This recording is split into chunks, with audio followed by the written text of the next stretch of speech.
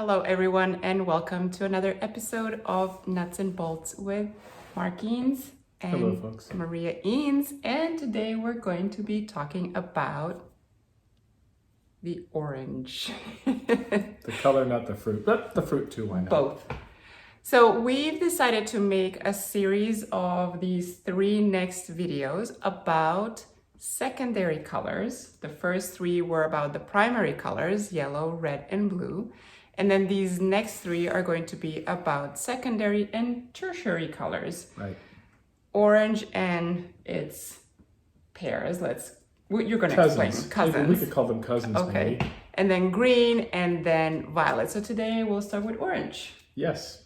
Go for it. Well, so I would have, when we start talking about colors, or when we are talking about colors, I would invite viewers, even on your own, to just close your eyes, as I had Maria close her eyes today and say, well, what associations come up for you when you think of a given color?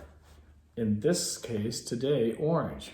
So even just closing your eyes for a moment, you could say, well, what associations come up? Because for me, this is part of the interest in color, are these emotive qualities, but also associations going all the way back to childhood. So for instance, when I did that, I grew up in Indiana, the Midwest, and there we had changing colors in the fall. And so all the kinds of oranges that are in those trees and changing colors, that came to my mind just almost automatically. Then of course the whole issue of warmth. And you were saying today that orange is one of your favorite colors? Yes, it is. To me, orange, which is interesting, and I was telling this, Mark, it's not yellow, so it's not as aggressive in a way, and it's not red either, which for me, red is like fire truck red, and it's also very strong. But when I think of orange, I don't really think about this kind of orange. I think really most about those muted oranges, like a good pumpkin soup or leaves, or even some earth tones. So all this coziness, terracotta, flower pots, all these variations of oranges that are just somehow very comforting. Exactly. So it was interesting when you said that, I immediately said, because orange is the child of yellow and red. They are the parents. And this is the interesting thing, everybody, about the secondary and tertiary colors that sit between the primary colors. So when we speak of orange, for instance, and I told Maria, well, we need to cover the whole range. So going from yellow to red, you've got all those yellow oranges, then of course you have all the secondary oranges that sit right in between, innumerable, by the way, you can never really nail it down, and then of all the red oranges. So really when we speak of a secondary color, it makes sense to speak of its cousins, if you will. Yes, from the parents of yellow to red. And so for that reason, orange does have a special place in the color spectrum. Yeah. It's not as you say, intense as yellow or red per se, but it can be very intense. Yeah. And so that reminds me that we are going to also remind our viewers that we started talking about those dyads, about what is called the co-primary colors. So the warm and the cool primary colors, or the spectrum of such. And if you go back to especially the video in yellow, you will learn the explanation on what is the warm side of the spectrum of yellows versus the cool spectrum of yellow. So we're going to actually experiment a little bit with that. Yeah. And one real brief note on the orange, by the way, I was thinking, orange, that's interesting. So there's no other color that I can think of that a food has been attributed to other than orange, except for when we're kids, our parents tell us to eat our greens. But the quick note, cadmium orange out of the tube is the most intense, saturated, vivid orange you can get. But we want today to show you about mixing your oranges with the different yellows and the different reds. Okay, so shall we begin? Yeah, let's jump to the palette. Great, so here we are at the palette, and what I'm going to demonstrate and then talk to you about is the difference between what happens when you use, let's say, a cool yellow with a cool red versus a warm yellow with a warm red. And the reason this is really useful for painters is oftentimes, I can't tell you how many times I hear, a painter saying, I tried to get a certain orange or a green, and I just can't quite get what I'm after in my mind's eye. That's because there's so many yellows to choose from, so many reds to choose from, that if you don't have the right combination for what you want, it's tough to get it. So let me show you what I've been up to here, and then I'll continue this. I have here a Cad Yellow medium, and I have here a Cad Red light. The Cad Red light, as a color out of the tube, leans towards orange anyway, but one could use a Cad Red medium. So either one is fine. And this is a Cad Yellow medium. The Cad Yellow light is a little cooler, and so I wanted a Cad Yellow medium, which also is pushing towards orange. I knew that these two would make a nice orange in terms of intensity. So those are warm. Warm yellow and warm red. red. We say they're warm because on the color light spectrum, Maria, this color is already leaning towards the color orange, as is this one. All right. And then here I've got the cool yellow, which is a Hansa yellow light, and I've got a cool red, which is a Alizarine crimson. When I spread this out a little bit, it's easier to see its color like that.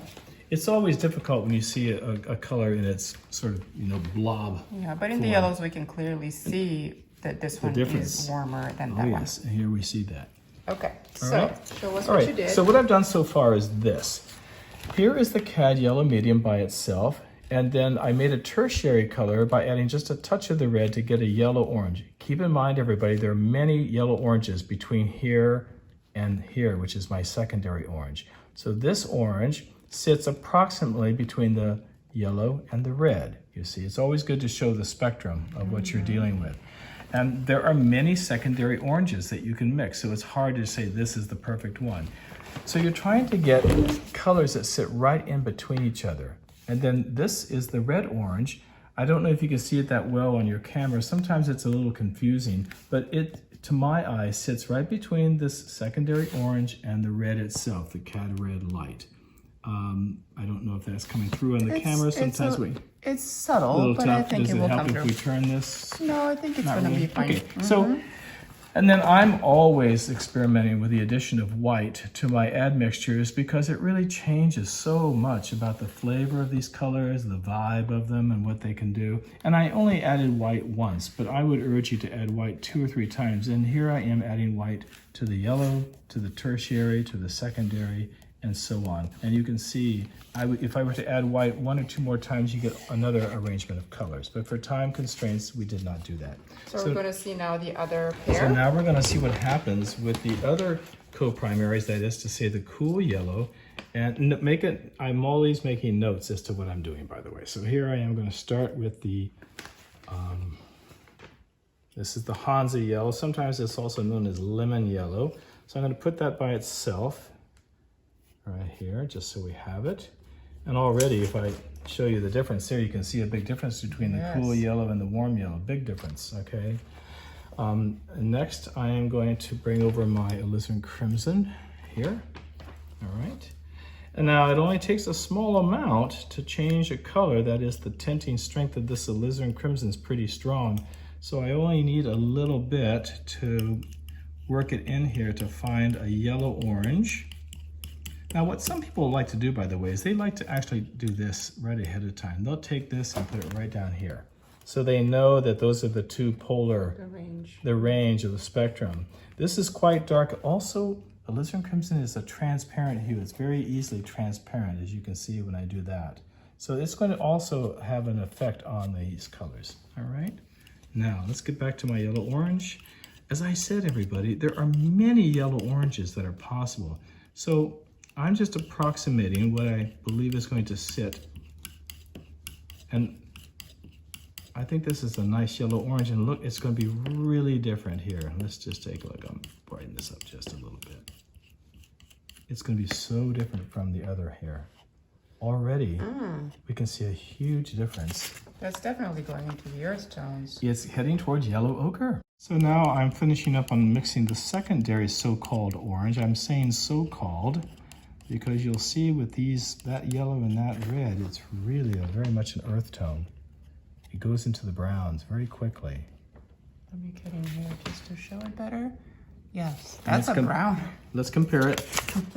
That is a real muted orange. Yes. You see, by comparison.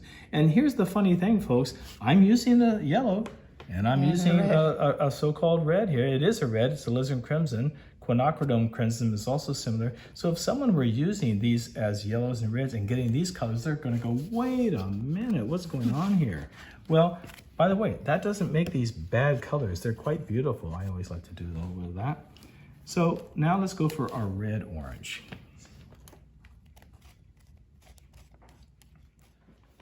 So let's take a comparison here. So here I've got the Hansa yellow and the Alizarine crimson, which provides a tertiary so-called orange, secondary, and tertiary. And then this is my yellow orange and red orange. Correct. Now, we call these so-called oranges, but my goodness, look how they are so much less vivid or prismatic. So these we would call prismatic, thinking of the prism, color light spectrum, and these are much more muted, much more in the way of those autumn colors that we discussed, earth tones. So just as I did with the previous chart, I'm adding white to each one of these to take a look at what happens with them and how it really quiets down even more so. And these start to move towards what we call chromatic grays. So there's the difference. Complete chart. Big difference. So warm primaries, warm yellow, warm red. Cool primaries, cool yellow, cool red. We call them technically all oranges, but check out the difference. Yeah, in my workshops, everybody, I have two color wheels. One produces the colors with all the co-primaries that are warm, and the other color chart produces colors that are with the cool, and they look very different one from the next, and that's why we do it this way. So as always, when I discuss colors, I can't help but run to my library and start thinking about historical representatives of various colors and how they were used. For instance, I found when I went back to the Renaissance, I couldn't really find much in the way of really intense orange in their paintings. They were more muted or quieted down.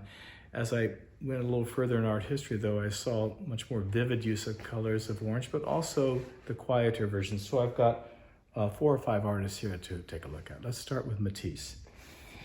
Now, I find that in my own paintings, I tend to use orange because it's so intense as a sort of an accent set against other colors that are more neutral. This is a classic example, one of my favorite paintings of Goldfish here, where he uses that red-orange as an accent in an otherwise fairly stark graphic neutral painting. But I also noticed in earlier paintings here, he does the same thing. He sets these orange goldfish, as you can see here and here, as accents in otherwise other kinds of colors that are more neutral, or in this terms, the near complements, which are green. So that's Matisse, many other examples. Now, when I looked at Degas, I came across this figure.